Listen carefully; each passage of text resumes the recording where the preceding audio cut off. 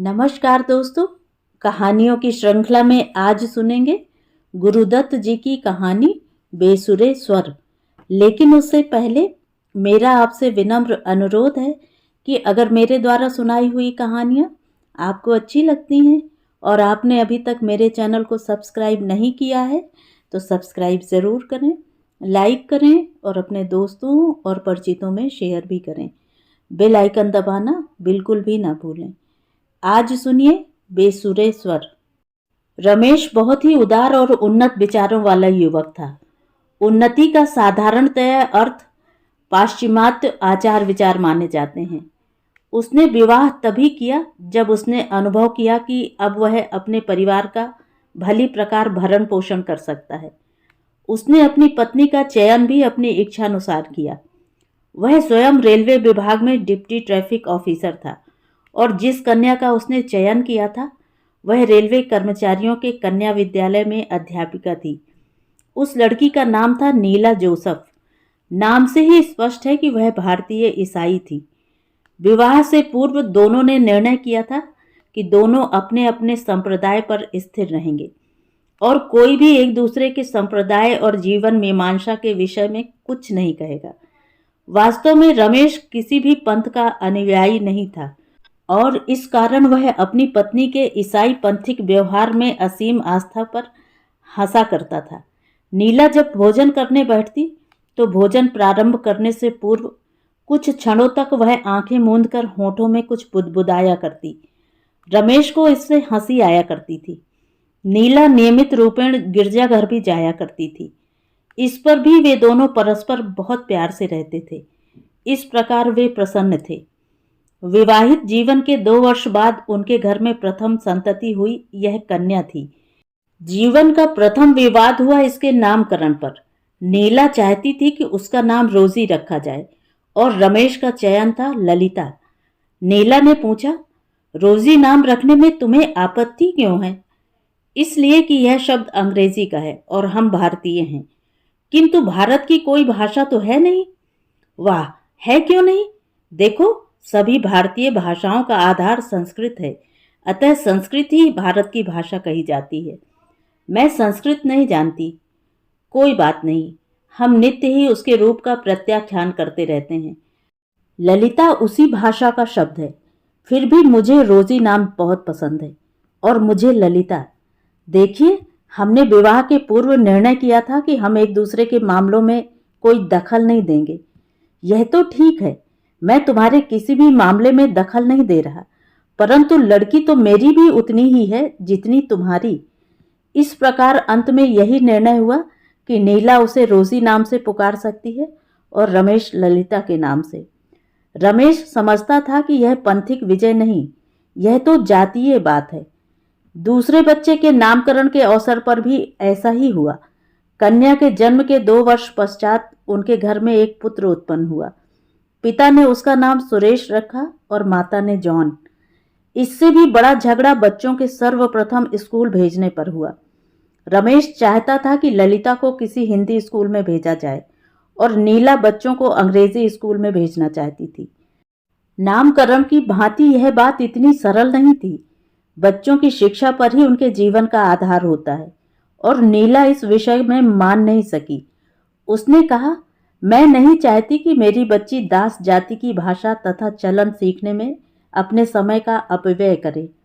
यह तो रमेश के लिए भी सहन करना कठिन हो गया।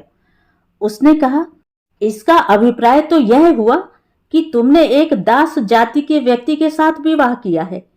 किसी दास से प्रेम करना अथवा उसके द्वारा प्रेम किया जाना तो बड़ी लज्जास्पद बात है, किंतु तुम तो हर समय मुझसे अंग्रेजी में ही बात करते हो। कुछ भी हो, मैं हिंदुस्तानी हूँ और चाहता भी यह हूँ कि मेरी संतान भी वैसी बने। तुम स्वयं को भारतीयों से कुछ उच्च समझती हो और यह अच्छा होता कि तुम अपने से निम्न श्रेणी के व्यक्ति से विवाह न करती। किंतु मैं तो तुमसे प्यार करती थी और अब भी उसी तरह करती हूँ। कोई अपने से निम्न श्रेणी के व्यक्ति को प्यार क्यों नहीं कर सकता? मैंने तो तुम्हें हर प्रकार से अपने बराबर ही समझा है। यह तो हमारे बच्चों के भविष्य की बात है। तुम उन्हें कैसा बनाना चाहते हो? मेरी तो इस विषय में आकांक्षा है कि वे डॉक्टर बने, प्रोफेसर बने, इंजीनियर बने या कम से कम किसी सरकारी विभाग में ऊंचे पद पर तो अवश्य ही प्रतिष्ठित हों। जो तुम्हारी आकांक्षा है मैं उसका विरोध नहीं करता। मैं केवल यह चाहता हूं कि मेरी संतति को व्यावसायिक शिक्षा के अतिरिक्त भारतीय संस्कृति, सभ्यता एवं जीवन मीमांसा का प्रशिक्षण भी भली भांति प्राप्त हो। किंतु जिस प्रकार तुम चाहती हो वैसे यह संभव नहीं है। इस प्रकार दोनों किसी बात पर सहमत नहीं हो सके। इस कठिनाई से निकलने का एक ही मार्ग रह गया कि पत्नी को स्वतंत्रता दी जाए कि वह लड़की को जिस प्रकार चाहे बनाए और पति लड़के को जैसा बनाना चाहे बना ले। इस प्रकार घर में दो धड़े बन गए। एक का झुकाव भारतीयता की ओर था और दूसरे का पाश्चात्य सभ्यता की ओर। रमेश का सदा यही यत्न रहता था कि दोनों में किसी प्रकार समझौता हो जाए, किंतु नीला के मस्तिष्क में यह बात समाती ही नहीं थी कि पश्चिमी जीवन मीमांसा में कोई सुधार भी हो सकता है। इस प्रकार वर्ष बीतते गए और इसके साथ दो धड़ों की खाई भी बढ़ती ही गई, किंतु इस पर भी पति पत्नी को जो चीज साथ रखे हुए थी वह था उनका तारुण्य और यौन आकर्षण, और यह भी शीघ्रता से कम होता जा रहा था। अंत में एक दिन वह अनपेक्षित संकट भी आ उपस्थित हुआ। ललिता की आयु 21 वर्ष की हो गई थी और अन्यान्य ईसाई कन्याओं की भांति वह भी स्टेनोग्राफर बन गई। उसको रेलवे के ऑडिटर जनरल की पीए की नौकरी मिल गई और निरंतर उसके साथ निरीक्षण व प्रवास पर रहने लगी। सुरेश ने बीए करने के बाद इंजीनियरिंग कॉलेज में प्रवेश ले लिया था। एक दिन सहसा वह घर आया और रोजी के विषय में अपनी माँ से पूछने लगा, माँ, जानती हो ललिता कहाँ है?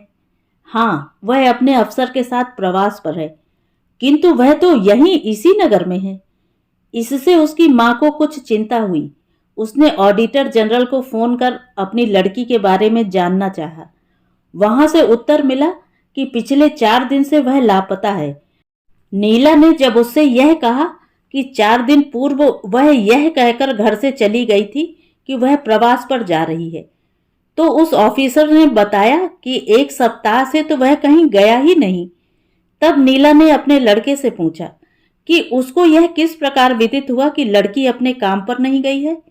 लड़के ने बताया कि उसने उसको किसी अपरिचित व्यक्ति के साथ रेलवे स्टेशन पर देखा है। जब रमेश को इस स्थिति से अवगत किया गया तो वह केवल हंस दिया और उसने सुरेश को कहा, सुरेश, तुम्हें ललिता के विषय में चिंता करने की आवश्यकता नहीं। मैं जानता हूं कि क्या होने वाला है। मैं चाहता हूं कि तुम अपनी बहन का विचार छोड़ स्वयं भद्र पुरुष बनो। नीला ने जब रमेश से कहा कि ललिता के विषय में पता लगाया जाए तो उसने कह दिया, यह सब व्यर्थ है। उसको शिक्षा ही इस प्रकार की मिली है कि जिससे वह स्वच्छंद हो विचरण करे। मुझे यह भी विश्वास है कि वह वापस आ जाएगी। बात यहीं पर समाप्त हो गई। रोजी जब वापस आई तो उसको 5 मास का गर्भ था। मां निश्चय नहीं कर सकी कि क्या करे और लड़की चुपचाप अपने कमरे में रहने लगी। पिता को जब पता चला कि लड़की वापस आ गई है तो उसने उस मकान में रहना उचित नहीं समझा। वह सुरेश और 2 अन्य बच्चों को साथ लेकर दूसरे मकान में रहने चला गया। नीला इससे बहुत उत्तेजित हुई और स्पष्टीकरण के लिए रमेश के पास जा पहुंची। रमेश ने कहा, मैं अपने बच्चों के मन में यह बात नहीं बैठने देना चाहता कि मेरी दृष्टि में भी ललिता का क्रियाकलाप उचित ही है, किंतु अब उसका क्या होगा? कुछ नहीं, उसके बच्चा होगा और वह उसका पालन पोषण करेगी। क्या तुम्हारे मन में उसके प्रति कोई सहानुभूति नहीं है? मैं तो समझती हूं कि उसका बहिष्कार करने की अपेक्षा इस समय उसके पास रहकर उसको सांत्वना दे प्यार से उचित मार्ग पर लाना अधिक उपयुक्त होगा। मैं तो उसको अभी भी प्यार करता हूं और अपने मन में उसके लिए गहन सहानुभूति भी रखता हूं, किंतु इसके साथ ही केवल उसके लिए अपने अन्य बच्चों से स्नेह नहीं तोड़ सकता। उनके मन में यह धारणा बैठाना भी मूर्खता होगी कि वे सभ्य जीवन की अपेक्षा ललिता के क्रियाकलापों की पुनरावृत्ति कर अपने अभिभावकों की अधिक सहानुभूति प्राप्त कर सकते हैं। मेरी समझ में तो तुम्हारी बात आई नहीं। तुमने यह कैसे कह दिया कि इस विपत्ति के समय ललिता से सहानुभूति रखने से अन्य बच्चों के प्रति तुम्हारा प्यार कम हो जाएगा? तुम समझ नहीं सकती नीला, तुम्हारी शिक्षा किसी हिंदुस्तानी की भांति नहीं हुई। मेरे मस्तिष्क में सदा राम का सीता को वन में भेजने का उदाहरण रहता है। हिंदुओं ने राम के उस कर्तव्य पर कभी यह नहीं कहा कि इससे सीता के प्रति राम का प्रेम और सहानुभूति क्षीण हो गई थी।